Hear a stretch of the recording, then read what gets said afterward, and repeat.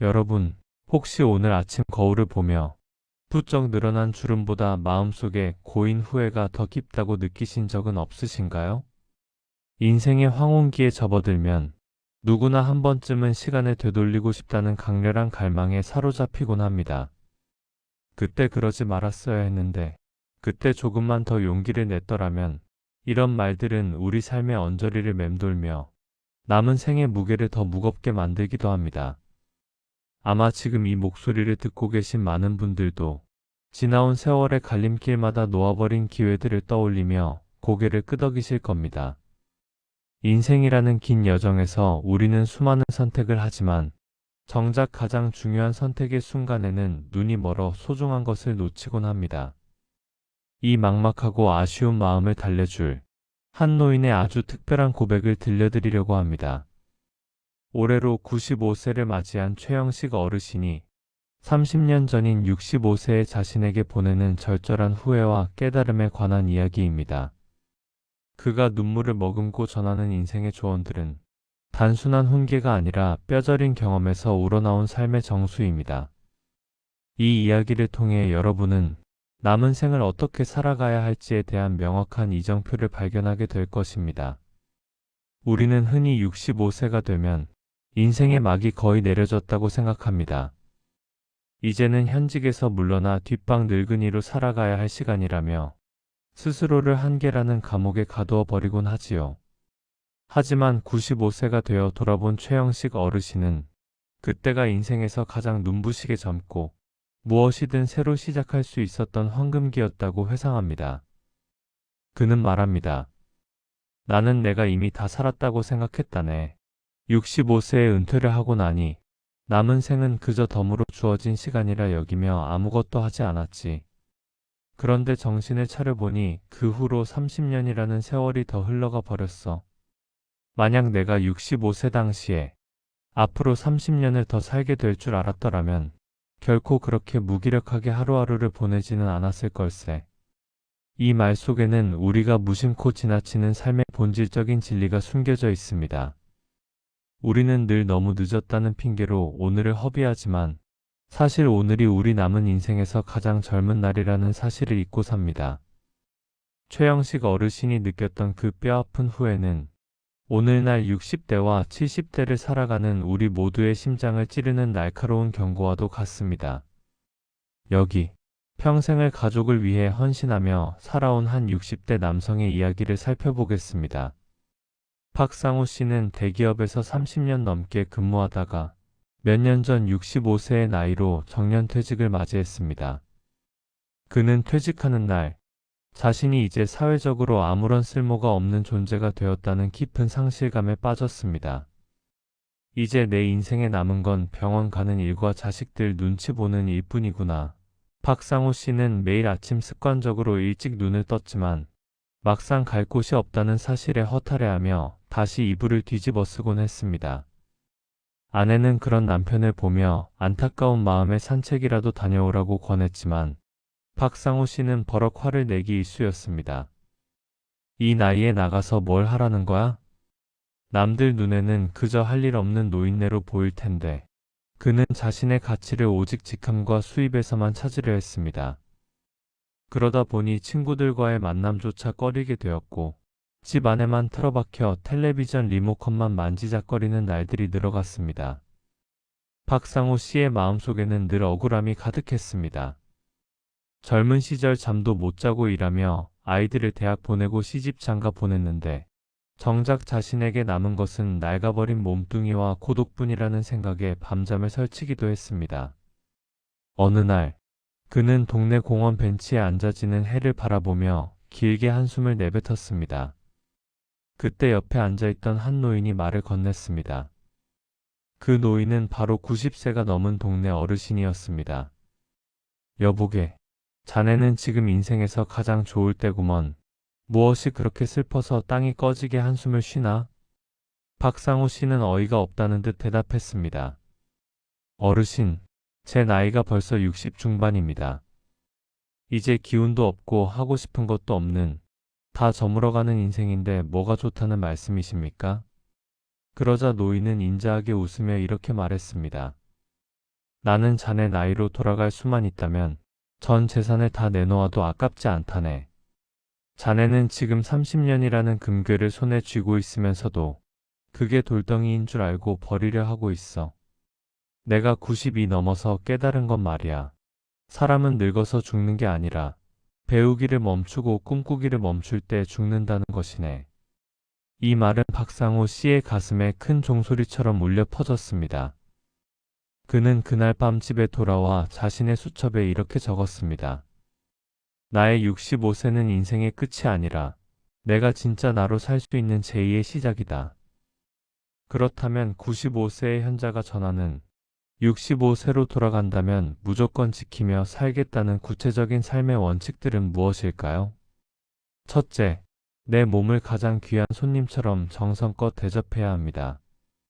최영식 어르신은 젊은 시절 건강을 과신하며 몸을 혹사시켰던 것을 가장 후회했습니다. 나는 내 몸이 영원히 튼튼할 줄 알았어.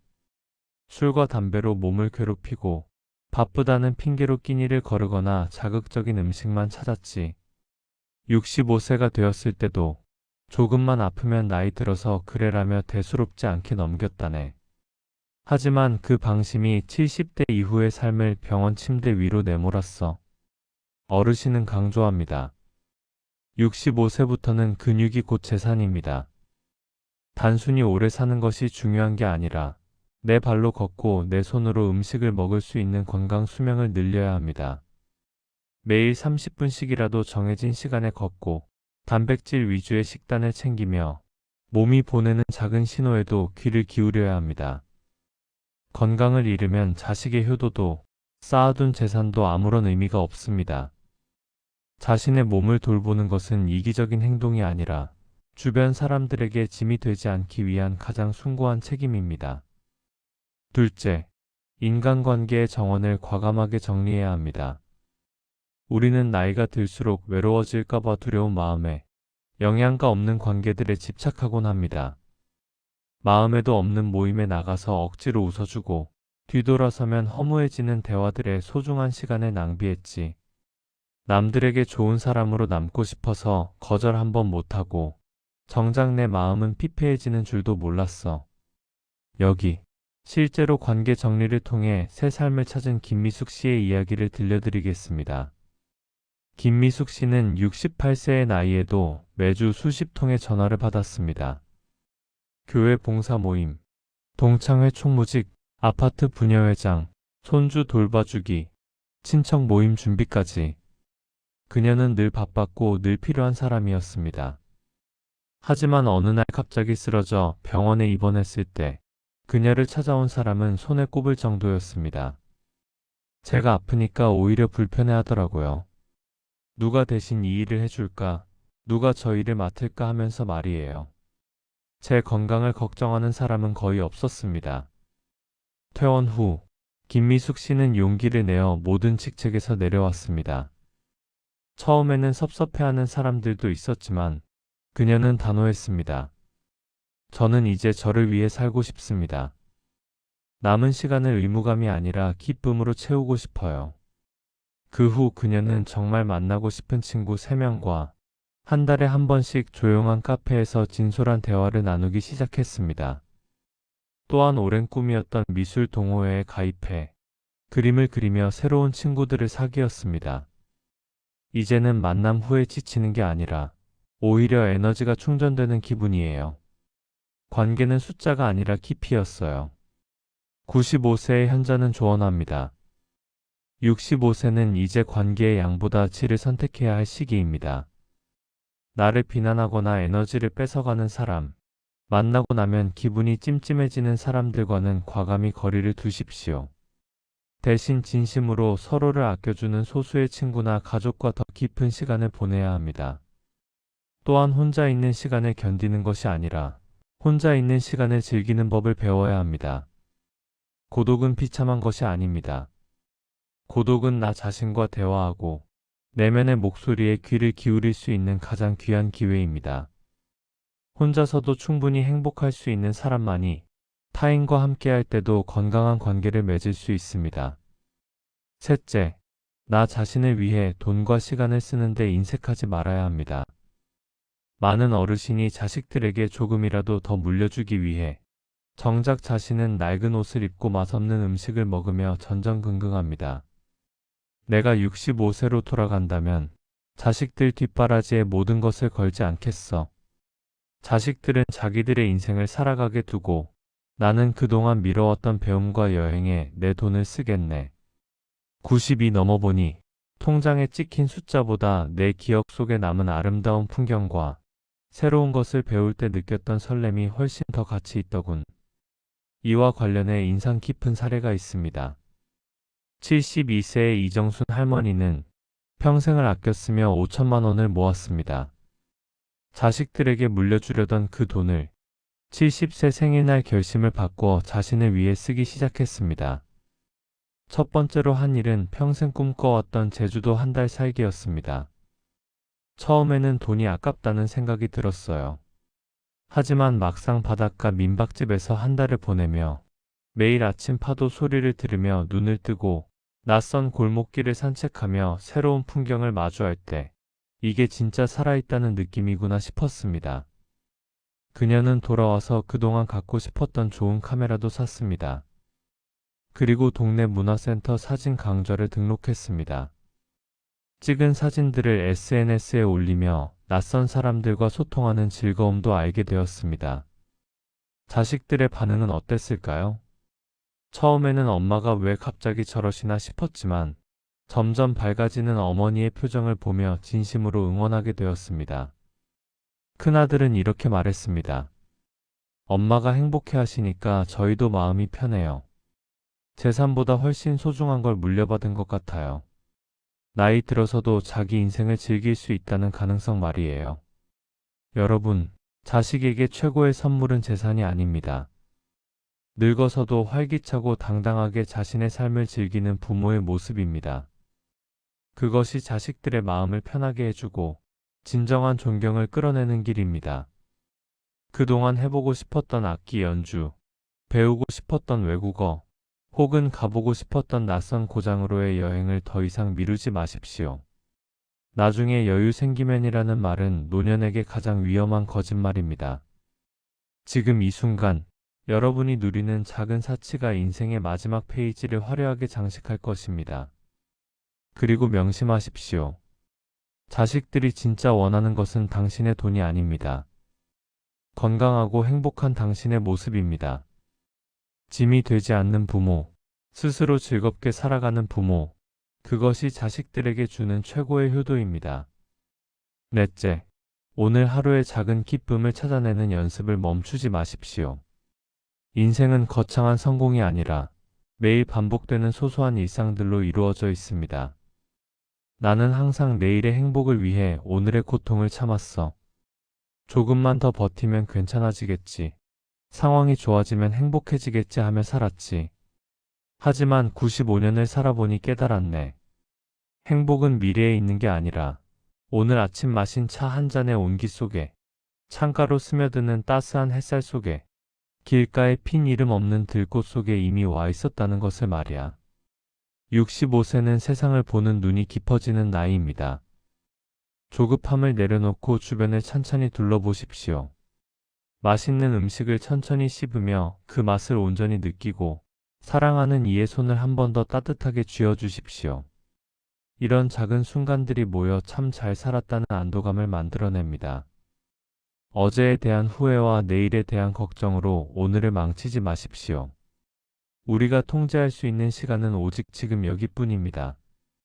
다섯째, 용서와 화해를 통해 마음의 짐을 내려놓아야 합니다. 누군가를 미워하고 원망하는 마음은 상대방이 아니라 바로 나 자신을 태우는 불길과 같습니다. 평생 가슴 속에 묻어둔 앙금이 있었지. 나를 배신했던 친구, 나를 힘들게 했던 상사, 심지어 나를 섭섭하게 했던 배우자까지. 그들을 미워하느라 내 마음은 늘 전쟁터였어. 하지만 죽음을 앞두고 보니 그 모든 게 다 부질없더군. 용서는 그들을 위한 게 아니라 나를 그 지옥 같은 감정에서 해방시키기 위해 필요한 것이었어. 여러분, 혹시 아직도 누군가를 향한 칼날을 가슴속에 품고 계신가요? 그 무거운 짐을 65세의 나이에는 이제 내려놓으십시오. 상대방이 사과하지 않았더라도 내 마음의 평화를 위해 먼저 손을 내미는 용기를 내보십시오. 만약 직접 말하기가 쑥스럽다면 마음속으로라도 이제는 당신을 이해합니다. 그리고 나를 위해 당신을 놓아주겠습니다. 라고 읊조려 보십시오. 마음이 가벼워져야 비로소 남은 생의 발걸음이 경쾌해집니다. 용서는 약함이 아닙니다.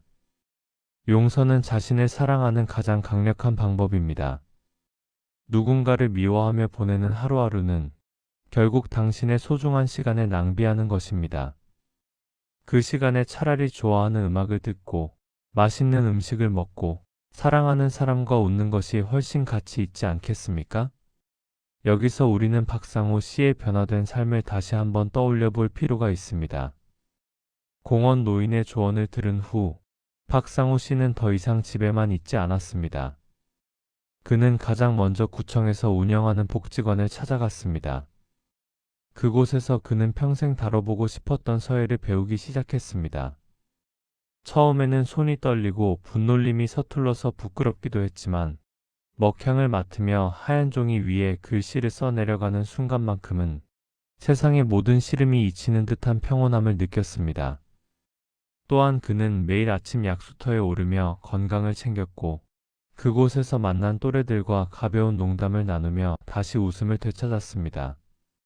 30년 넘게 일만 할 때는 몰랐는데 이렇게 내 시간을 온전히 내가 좋아하는 일로 채우는 게 얼마나 행복한지 이제야 알 것 같습니다. 박상호 씨의 얼굴에는 예전의 수심 대신 은은한 평안함이 깃들기 시작했습니다. 자식들과의 관계도 몰라보게 좋아졌습니다. 예전에는 전화만 하면 용돈은 언제 보내냐, 왜 자주 안 오냐며 타박만 하던 그였지만 이제는 나는 잘 지내고 있으니 너희도 건강 잘 챙겨라며 먼저 넉넉한 인사를 건넵니다. 자식들은 밝아진 아버지의 모습에 더 자주 안부 전화를 걸어오게 되었고 집안에는 다시 웃음꽃이 피어났습니다.